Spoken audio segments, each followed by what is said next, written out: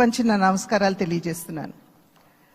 అదేవిధంగా తెలుగు ప్రజలు గడిచిన 5 సంవత్సరాల కాలంలో వారు ఎదుర్కొన్నటువంటి సమస్యలు, ఒక విధ్వంసకర పాలన, విద్వేషపూరిత పాలన, కక్షపూరితమైనటువంటి పాలన ఎదుర్కొన్నటువంటి సందర్భంలో అభివృద్ధి అన్న పదానికి అసలు అర్థం లేకుండా పోయినటువంటి నేపథ్యంలో సంక్షేమం, నిజమైనటువంటి సంక్షేమం అన్నది ప్రజలు దూరమైనటువంటి సందర్భంలో విసిగి వేసారిపోయినటువంటి ప్రజలందరూ కూడా మనం ఊహించలేదు.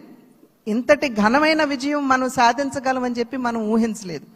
ఖచ్చితంగా అధికారంలోకి వస్తాము అనేటువంటి భావన ప్రతి ఒక్కరిలో ఉన్నప్పటికీ, ప్రతి నాయకుడికి వచ్చినటువంటి మెజారిటీని ఒక్కసారి మనం చూసినట్లయితే ప్రజలు ఒక కసితోటి ఎట్లాగైనా సరే ఈ యొక్క ప్రజా వ్యతిరేక పాలనకి అంతం పొందించాలి, జగన్మోహన్ రెడ్డి అనేటువంటి ఒక రాక్షసుడు ఎవరైతే పరిపాలిస్తున్నారో ఇంటికి పంపించాలి అనేటువంటి భావన ఏదైతే వారి మనసులో కరుడుగట్టి ఉన్నదో అది వారు బయటికి చెప్పకనే వారు ఓటు మాధ్యమంగా తెలిపినటువంటి నేపథ్యంలో వారందరికీ కూడా, తెలుగు ప్రజలందరికీ కూడా నా ధన్యవాదాలు నేను తెలియజేస్తున్నాను. ఒక పక్క అనూహ్యమైనటువంటి విజయం అని చెప్పి మనం అందరం చాలా సంతోషపడినప్పటికీ, రెండవ పక్కన మనం ఈ విజయం నుండి నేర్చుకోవాల్సినటువంటి పాఠాలు కూడా ఉన్నాయి అని చెప్పి గ్రహించవలసినటువంటి అవసరం ఉన్నది అని చెప్పి గట్టిగా విశ్వసిస్తున్నాను నేను. ఎందుకంటే ఎప్పుడైతే రాష్ట్ర అభివృద్ధిని మనం పట్టించుకోకుండా ప్రజల్ని నిజమైనటువంటి సంక్షేమానికి ఎప్పుడైతే మనం దూరం చేస్తామో, మాకు తెలుసు ఏ విధంగా నిర్ణయం చేయాలి అని చెప్పి ప్రజలు ఈ ఎన్నికల్లో ఓట్ల మాధ్యమంగా వారు మనకి ఒక హెచ్చరిక ఇచ్చారు అని చెప్పి నేనైతే భావిస్తున్నటువంటి నేపథ్యం. కనుక ఈ యొక్క అనూహ్యమైనటువంటి విజయాన్ని, ఈ పరిణామాన్ని మనం గెలిచాము, అధికారంలోకి వచ్చాము అనేటువంటి భావన కన్నా ప్రజాహిత పాలనని, సుపరిపాలనని ఏ విధంగా ప్రజలకు అందించాలి అనేటువంటి విషయం మీద ఖచ్చితంగా మనం అందరం కూడా దృష్టి కేంద్రీకరించవలసినటువంటి ఆవశ్యకత చాలా ఉంది.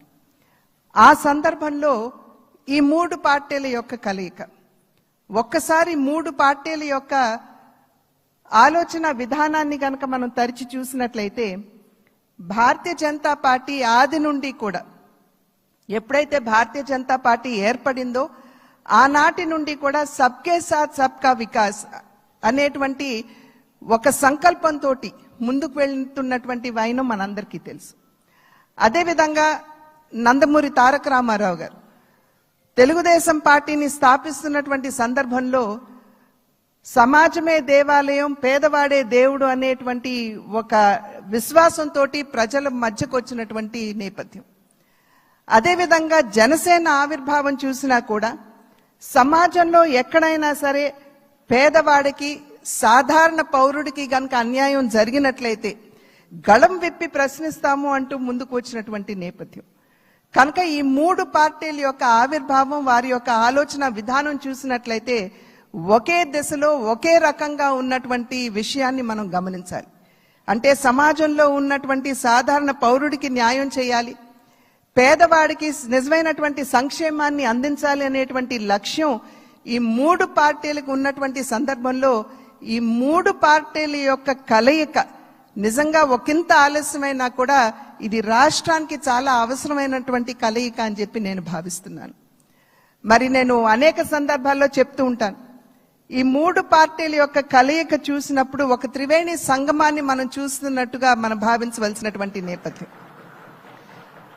ఒక పక్క చంద్రబాబు నాయుడు గారి స్ఫూర్తి, చంద్రబాబు నాయుడు గారి యుక్తి, రెండవ పక్క నరేంద్ర మోడీ గారి స్ఫూర్తి, అదేవిధంగా పవన్ కళ్యాణ్ గారి శక్తి.